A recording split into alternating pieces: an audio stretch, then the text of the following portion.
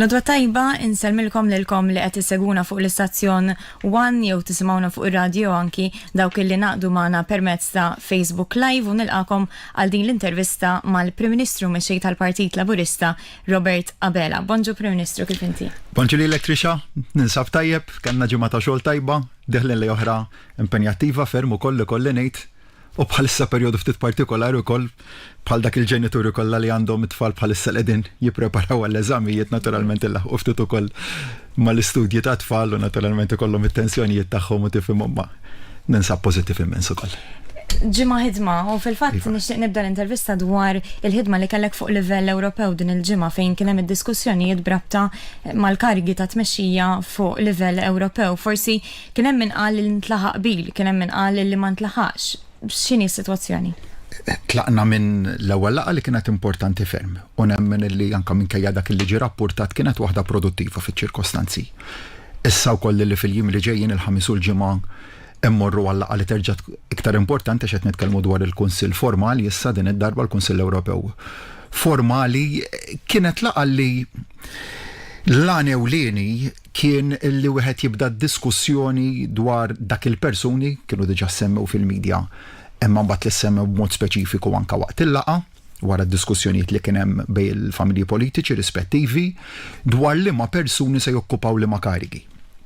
U dak il-għan ewlieni tad-diskussjoni, però jien ngħid li kien hemm man mbagħad illi ipprevala b'mod korrett ta' x'għandha tkun il-prijorità, jiġifieri il-prijorità kienet biss jew kellha tkun biss id-diskussjoni dwar il-persuni li se jokkupaw dak il-karigi u nemmen li hemmhekk id-diskussjoni żvolġiet mod tajjeb, mhux ħanajt li ntlaħaq bil dwar kollox, però nemmen li l-bażi qed hemmhekk u pjuttost ottimisti li l-ħamis jew il-ġimgħa jirnexxilna naslu għal dak il-ftehim, jekk ma naslux imbagħad naturalment irridu nibqgħu għaddejjin bil-laqgħat ġewwa Brussell sakemm naslu għax dak li jrid it-trattat u dak ukoll irridu naslu għalih anke biex wieħed jagħti ċertezza ħalli kif jibda ċiklu istituzzjonali illi jmiss madwar Novembru li ġej hemmhekk ikollok kulħadd li jkun jgħid diġà fil-kariga tiegħu, però li minn hekk nemmen li hemm prijorità aktar importanti. X'kien il-messaġġ tan-nies fl-elezzjonijiet tal-Parlament Ewropew? Tan-nies madwar l-Ewropa kollha u nemmen li bir-riżultati differenti li nġibu f'pajjiżi differenti xorta il-messaġġ tal-prijoritajiet nemmen li kien wieħed illi jixxibaħ ħafna bejn il-pajjiżi differenti. X'inhu ma l-prijoritajiet tagħna li nista' nitkellem l-aktar, però nemmen ukoll li dawk ġew riflessi wkoll mal-bqija tal-Ewropa, jiġifieri jekk iridux Ewropa, illi verament tkun viċin il-valuri illi għalihom twaqfet l-ewwel darba. Valur ewlieni jkun dak tal-governanza tajba, nemmen ħafna fih. U fir-rapport li ħarġet il-Kummissjoni fil-jiem li għaddew, propju dal-punt tar-riformi illi għamilna ġewwa pajjiżna fil-qasam tal-governanza tajba, fil-qasam tas-saltna ta' dritt, kien aċċennat. U l-istess rapport meta tkellem b'mod speċifiku dwar pajjiżna jitkellem ukoll dwar kif użajna fondi Ewropej biex inkomplu nsaħħu dan il-qasam tant importanti tal-governanza tajba. Jissemm eżempju partikolari dak tad-diġitalizzazzjoni tal-qrati tagħna biex naslu għal sistemi ta' ġustizzja aktar effiċjenti. U forsi flok nuża l-kelma governanza tajba nippreferi nuża t-tema ta' ġustizzja. Ġustizzja għaliex il-ġustizzja għandha sinifikat aktar wiesa' u tgħid li dan jaqqat mal-valuri li għalihom twaqfet l-Ewropa da żgur. Jiġifieri nemmen f'ġustizzja li hija dik minn banda li iwettqu l-qrati tagħna, jiġifieri fejn għandek kwistjonijiet bejn persuni privati li tiddeċidi dwarhom il-qorti, jekk għandekx persuni li tresqu dwar rejat li l-qorti tiddeċidi dwarhom, imma mbagħad ġustizzja aktar wiesa', jiġifieri dik il-ġustizzja li jwettqu l-awtoritajiet tagħna ta' kuljum. Jiġifieri li ċ-ċittadin l-aktar iċ-ċittadin iż-żgħir iħoss li l-pajjiż qiegħed jaħdem miegħu b'mod b'sens ta' fairness. Jiġifieri d-drittijiet l-aktar bażiċi jew l-iktar importanti li għandhom iċ-ċittadini tagħna dritt għall-ambjent tajjeb. Jekk l-awtoritajiet tagħna u xed ikunu b'saħħithom biżżejjed biex dawk il-jeddijiet jippreservawhom.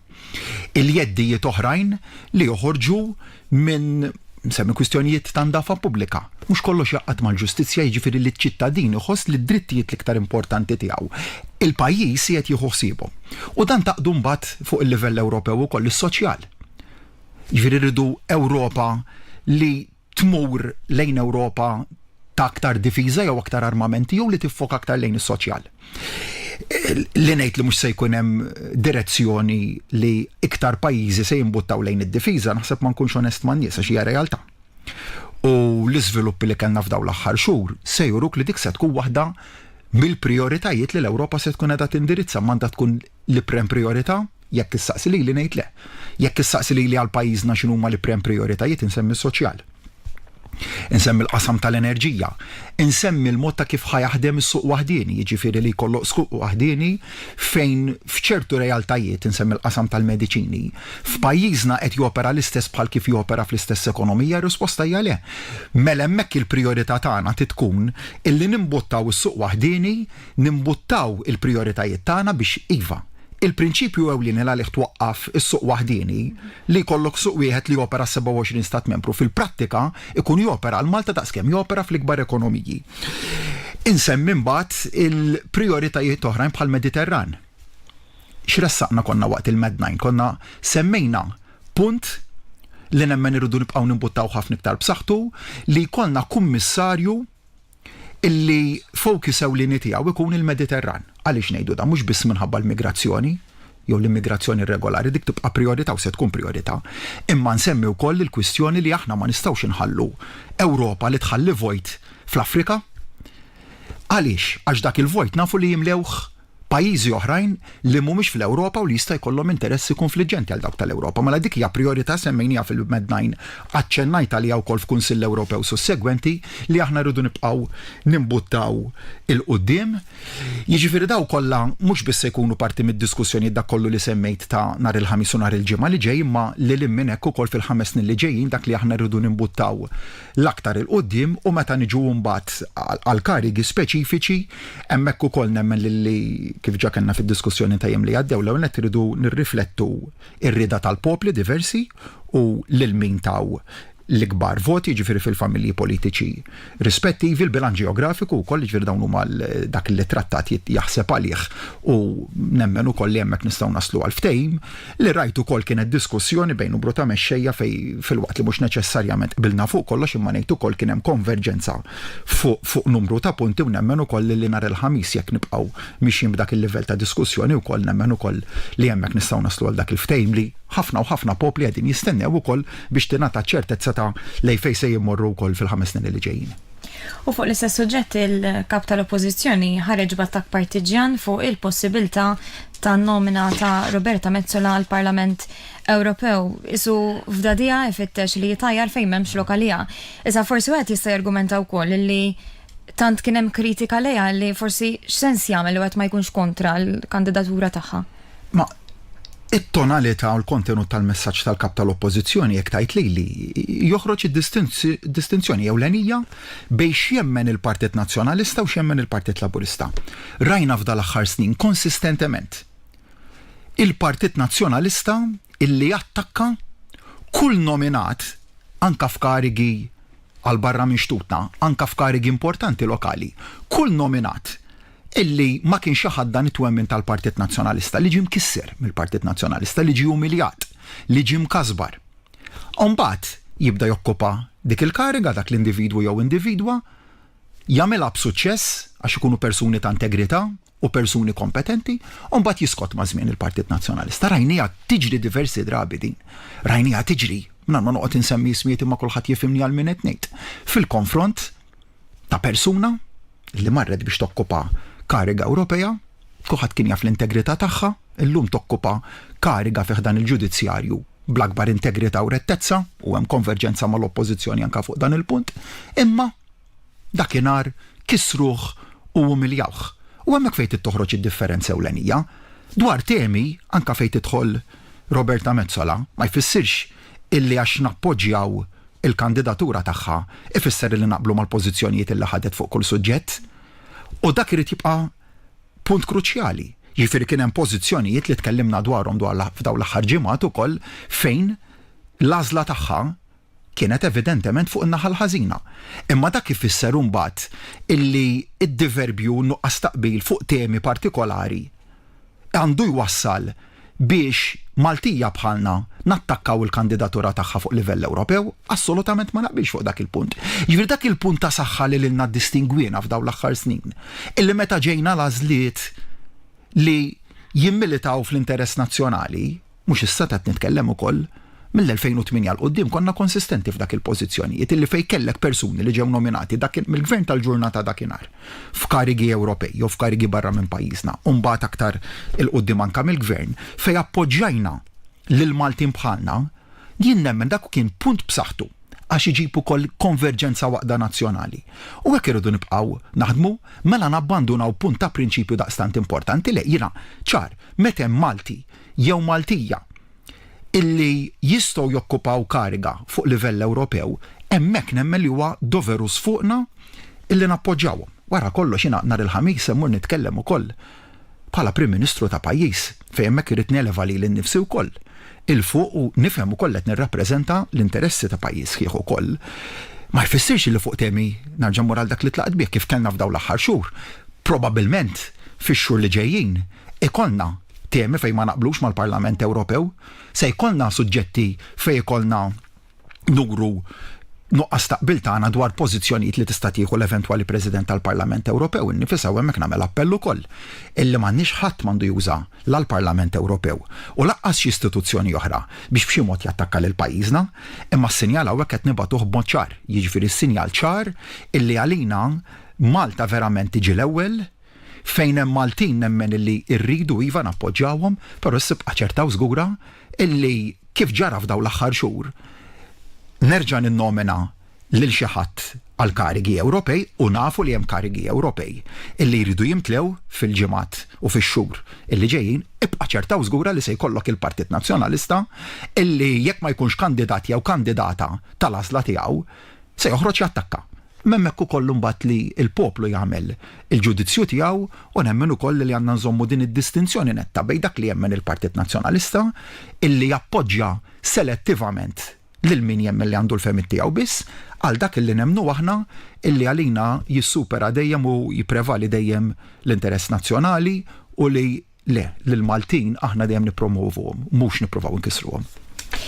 Din il-ġimgħa Prim Ministru biex nibqgħu anke fuq tema Ewropea kien hemm ir-rapport tal-Kummissjoni Ewropea fejn ta' dak li huma l-country recommendations u forsi fost l-aktar affarijiet li nkwetaw lin-nies biex ngħidu hekk anke mill-kummenti li anke rajt fuq il-medja soċjali fejn kien hemm dik it-talba twissija illi is-sussidju tal-enerġija għandu jieqaf. Inti tkellimt ħafna fl-aħħar xhur fuq dan is-sussidju kemm għamel differenza fil-ħajja tan-nies kemm in-nies jisom qed jistennew ukoll. Kif ħajreġixxi l-gvern għal dan?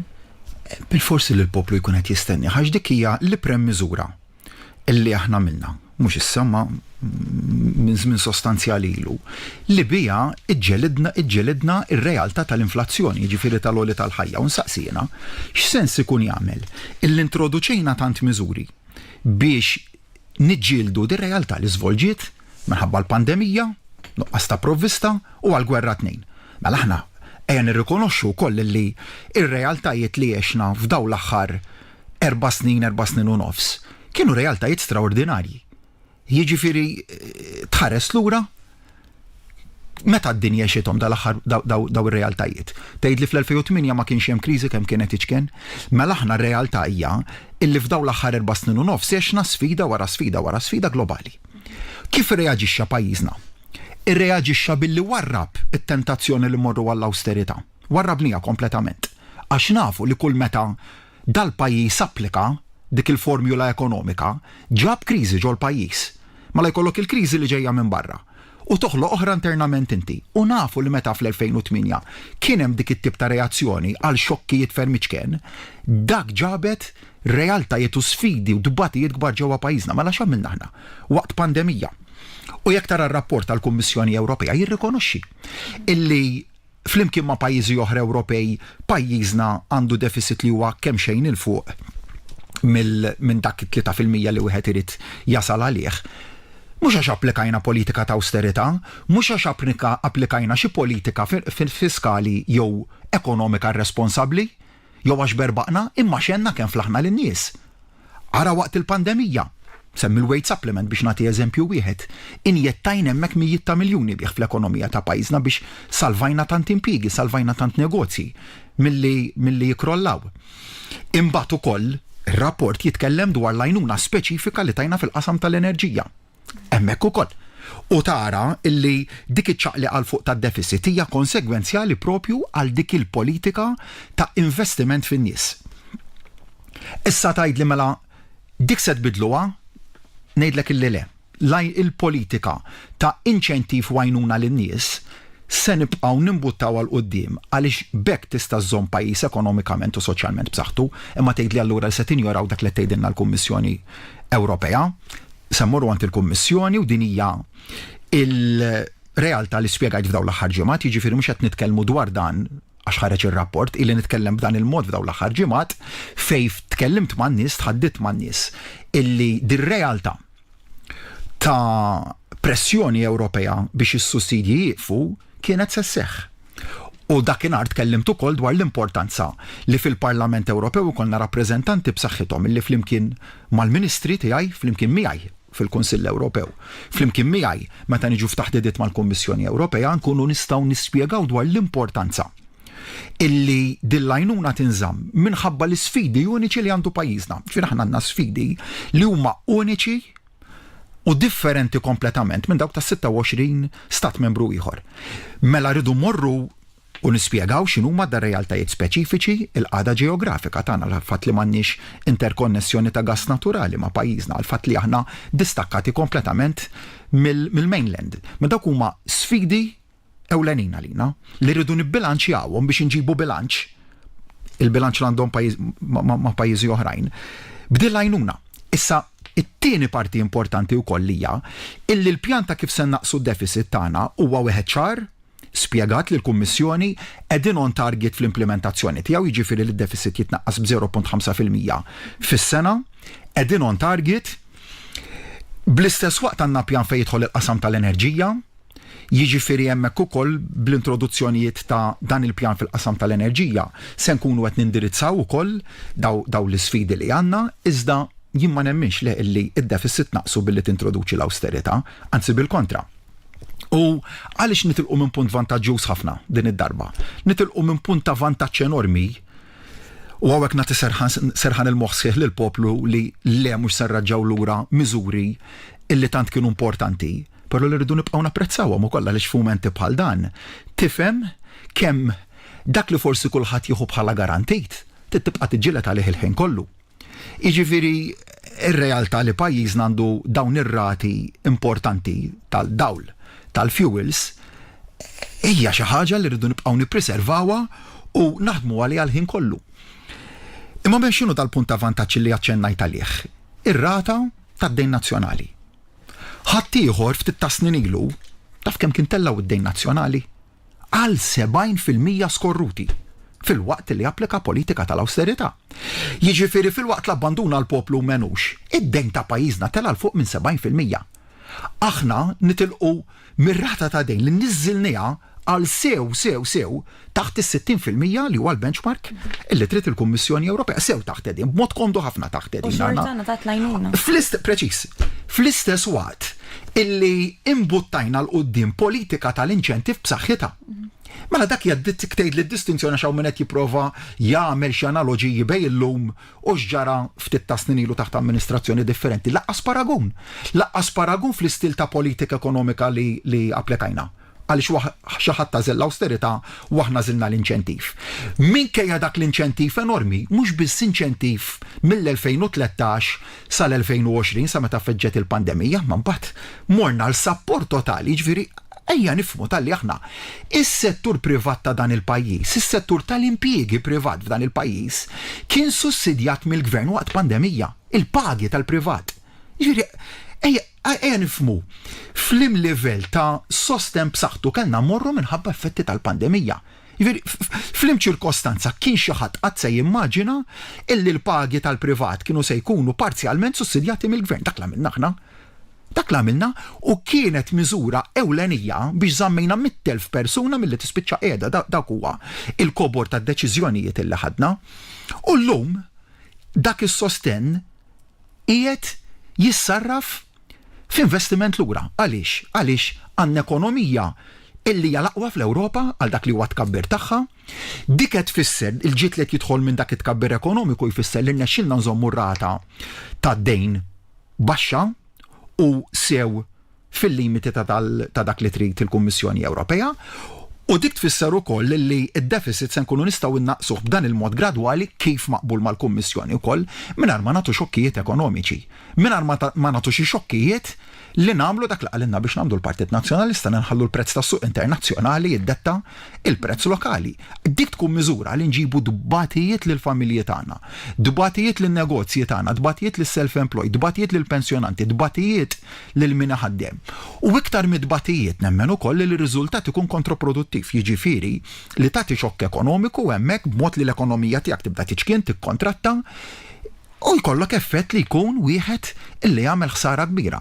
Mhux hekk biss anzi, aħna ħammorru f'pożizzjoni differenti għax il-finanzi tal-pajjiż jippermettu llum. Nista' naqsam man-nies illi diġà bdiet ħidma biex f'Ottubru li ġej ikollna budget li jkun wieħed b'saħħtu ħafna, budget li jkun wieħed pożittiv ħafna, budget li jindirizza fost oħrajn lil middle class ta' dan il-pajjiż b'inċentivi b'saħħithom.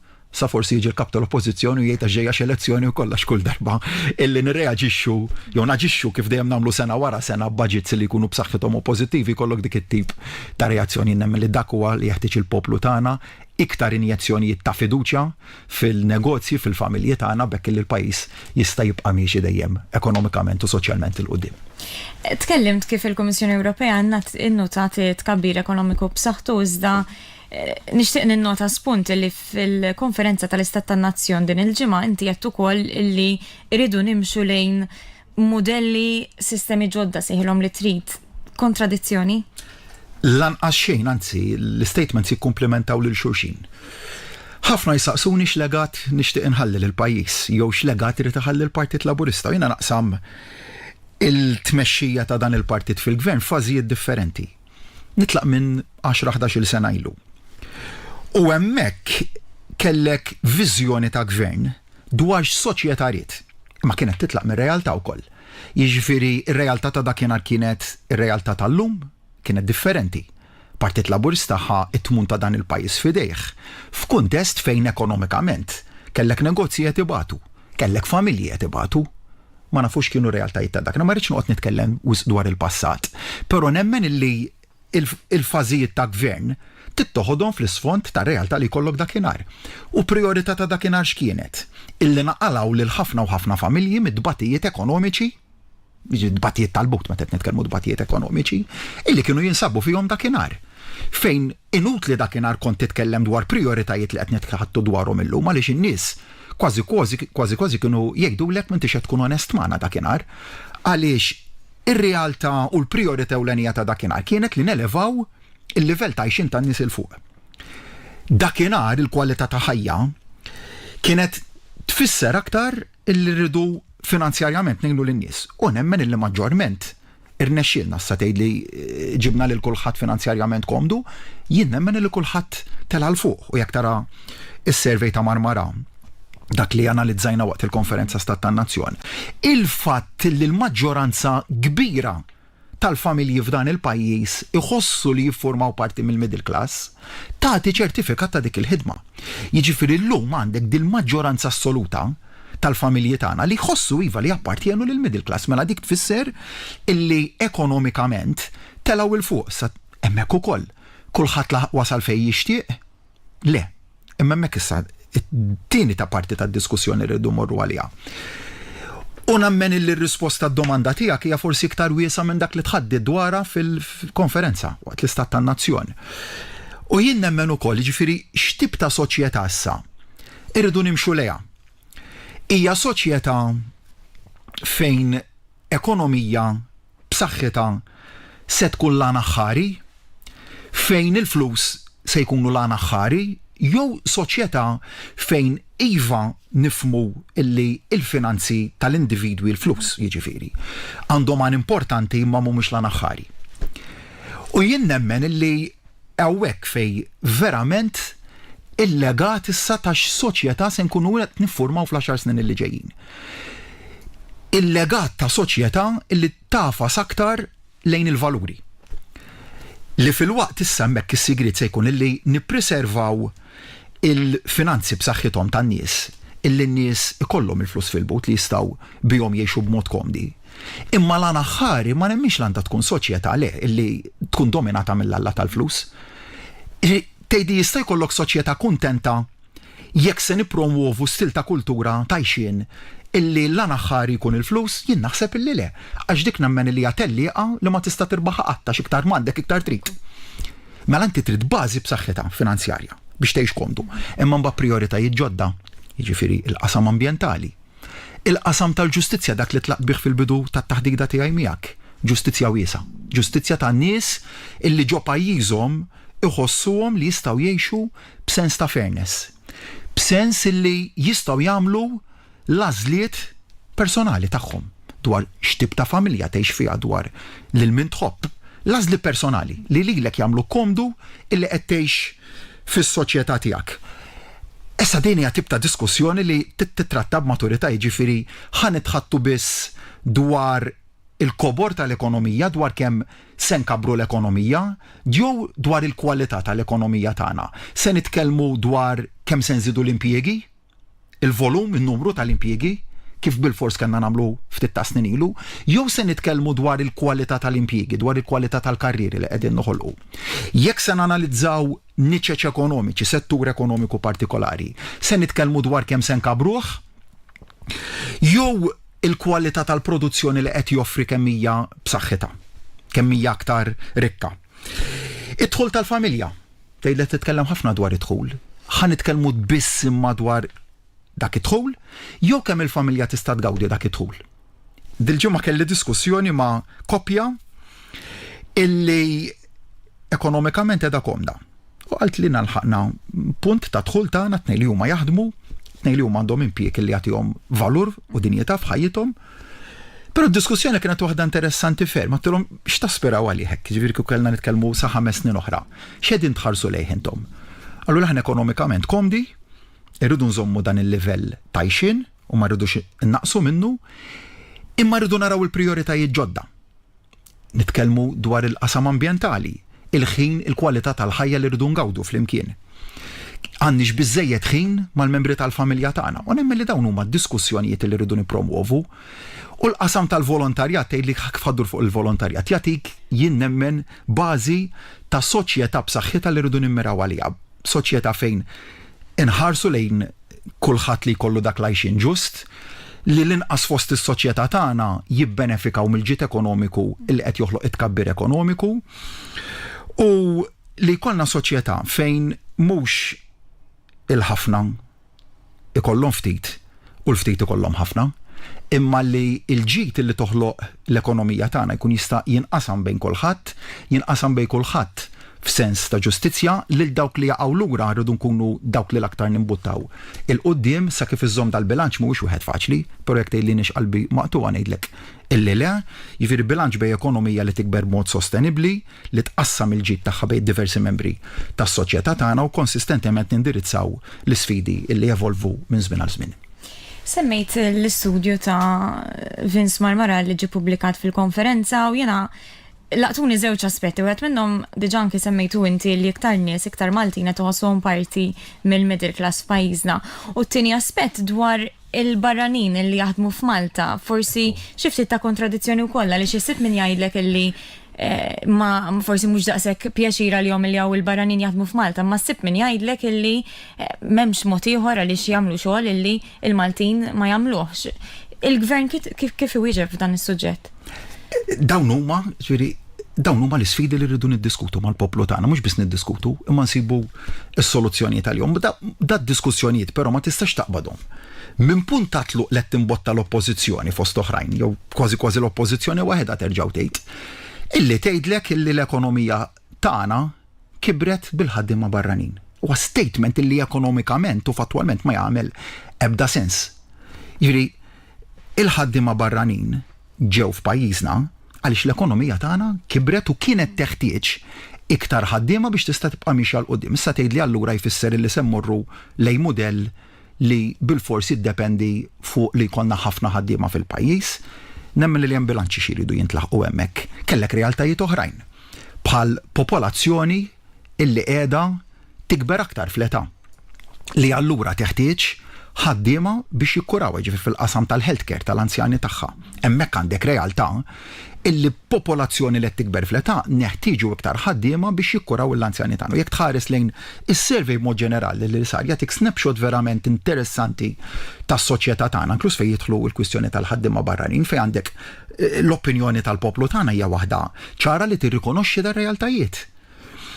Imma tgħidli allura x'inhija triq il-qudiem għax il-poplu minn għandna jistenna wkoll bħala il-gvern li huwa fdat minnu biex imexxil dan il-pajjiż il-qudiem soluzzjonijiet hemm.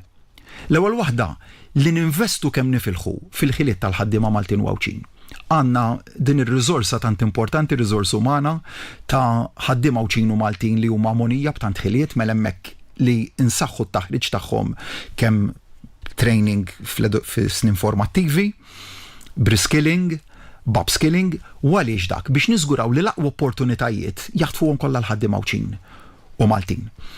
It-tieni punt mbagħad l-investiment u lotja ta' inċentivi lil min imexxi n-negozju tagħna biex dejjem jibqgħu jinvestu f'attivitajiet illi b'kemm jista' jkun ma jkunux dipendenti fuq ħafna u ħafna ħaddiema. Ġifieri jekk issaqsini dwar ħanażel settur il-manifattura.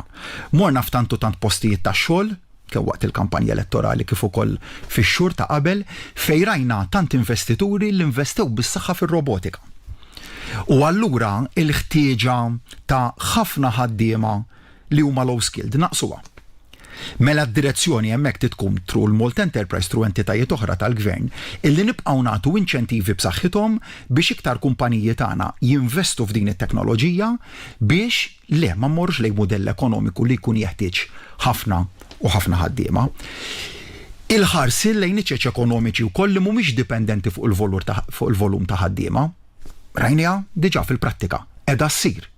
Iktar irridu nimbuttaw f'dik id-direzzjoni, jiġifieri jekk nagħti investiment riċenti li ħabbarna dak tal-GIMAS, jiġifieri s-settur tal-enerġija rinnovabbli, huwa settur illi mhux biss jipprioritizza in-niċeċ ekonomiċi li rridu nimbuttaw li żjed lejhom, imma li wkoll meta tara n-numru ta' ħaddiema illi huma meħtieġa għal dik l-attività ekonomika tara wieħed illi mhuwiex tal-volumi imma tal-kwalità. Il-ħolqien ta' akkademja hemmhekk.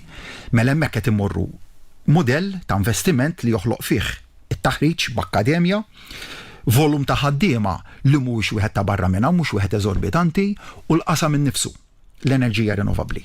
Mela dak huwa il-modell ta' kif jiem nemmen għandna nimbuttaw l-ekonomija tagħna il-qudiem. Ir-realtà jekk ħares barra minn xtutna. Ir-realtà ta' ħaddiema barra mhix xi ħaġa li tolqot il-Lawdex u l-Malta biss, imma hija realtà globali. Mela hemmhekk ukoll nifhmu illi mill-ħaddiema barranin kif il-poplu tagħna wkoll jindika fis-survey li hemm aċċettazzjoni li numru huwa meħtieġ. L-esaġerazzjoni mhix meħtieġa. U għalhekk hemmhekk tidħol kwistjoni ta' bilanċ terġa'. Jifieri il-poplu tagħna hemmhekk tara kemm il-maturità li toħroġ minnu dak is-survey ta' ħtieġa imma l-eċċessi mhumiex tajbin u dak x'nemmen jien ukoll. Hemmhekk mela allura rridu naraw l-analiżi ta' dak il-ħaddiema li qegħdin jidħlu lejn pajjiżna. X'ħiliet jistgħu jikkontribwixxu għall-ekonomija tagħna? X'ħtiġijiet għandha l-ekonomija u s-suq tax-xogħol tagħna? U nqabbluhom flimkien. Mela il-ħiliet ta' dak il-ħaddiema li jiġu f'pajjiżna ejja nilqawhom u ejja nabraċċawhom.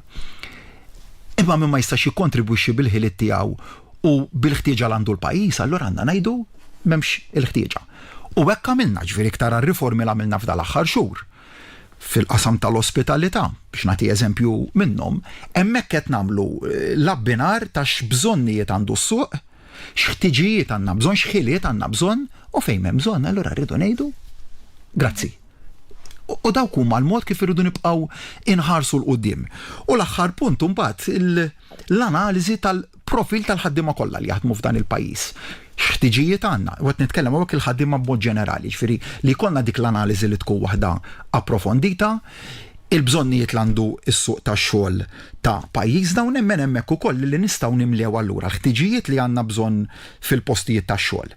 Imma nibbilanċjawhom billi noħolqu l-inqas dannu fuq l-infrastruttura tal-pajjiż, fuq il-pajjiż mod ġenerali, ġifieri li nilqaw u nissodisfaw l-opportunitajiet tax-xogħol li għandu bżonn il-pajjiż bl-inqas ħsara possibbli, bl-inqas pis possibbli u nemmen li tgħidli sfida li faċli issib is-soluzzjoni għaliha, ngħidlek sfida li għandna l-arfien illum il-ġurnata u l-kapaċità li nilqgħu għaliha. U għalhekk tgħidli jekk kienx ottimist li nistgħu naslu għas-soluzzjonijiet hemmhekk naslu. Però tkun diskussjoni u teħid ta' deċiżjonijiet li naslu għalihom b'konverġenza f'spirtu taqda nazzjonali li m'għodux nippolitiċizzaw dal-kwistjonijiet, inżommu dal-prinċipji li tħaddid dwarhom quddiem għajnejna u nemmen li soluzzjonijiet jinstabu.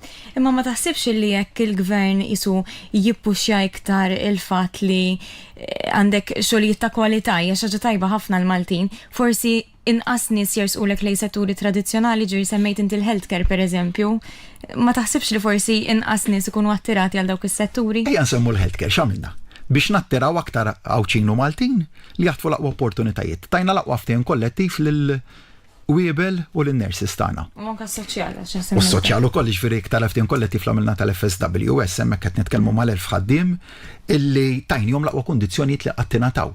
Jiġifieri hemmhekk għamilt li domanda li verament naħseb tolqot il-kruks tad-diskussjoni li jrid ikollna. Is-setturi tradizzjonali u meħtieġa għall pajjiż irridu nibqgħu nsaħħuhom.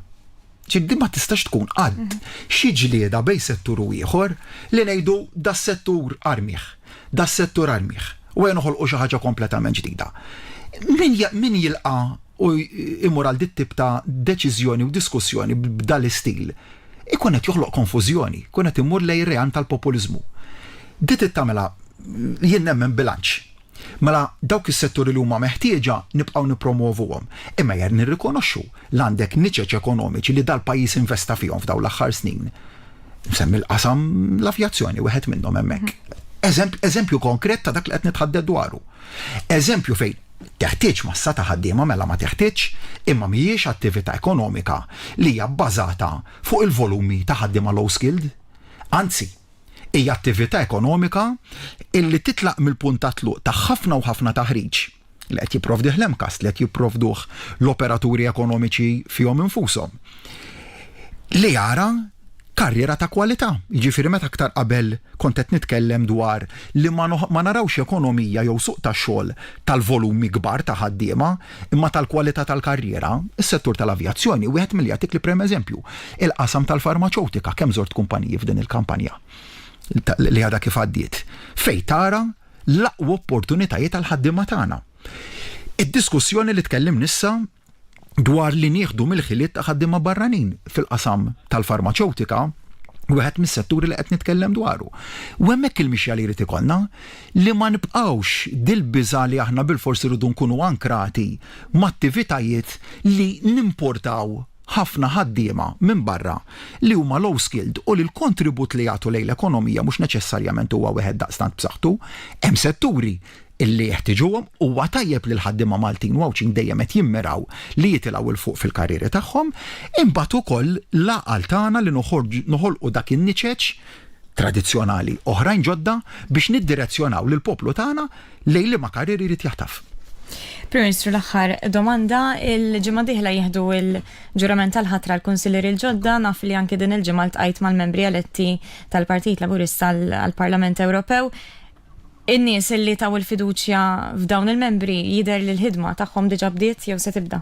Ħarbu Alex, Thomas u Daniel ħarbu diġà fil-ħidma tagħhom, kont verament sodisfatt li nara li sa mill-ewwel ġurnata bdew lokalment kif ukoll fi Brussell tgħidla xiex lokalment membri parlamentari Ewropew.